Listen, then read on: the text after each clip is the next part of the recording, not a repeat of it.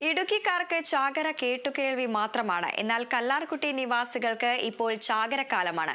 കല്ലാർകുട്ടി അണക്കെട്ട് വറ്റിച്ചതോടെയാണ് നല്ല പെടപെടക്കണ മുഴുത്ത മീനുകൾ പ്രദേശവാസികളുടെ വലയിലായത്.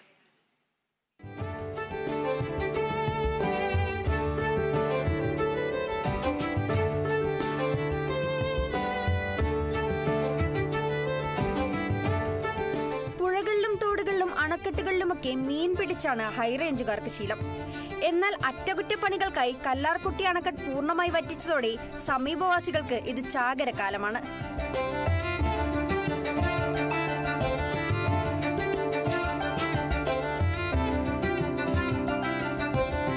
മീൻ പിടിക്കാൻ എത്തിയവരാരും നിരാശയോടെ മടങ്ങിയില്ല.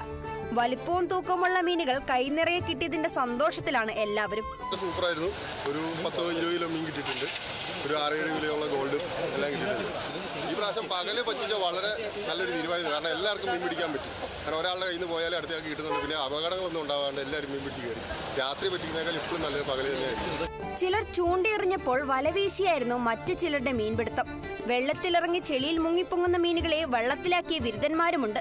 കല്ലാർകുട്ടിയിൽ നിന്ന് മാത്രമല്ല മീൻപിടുത്തക്കാർ അണക്കെട്ടിലെത്തിയത്.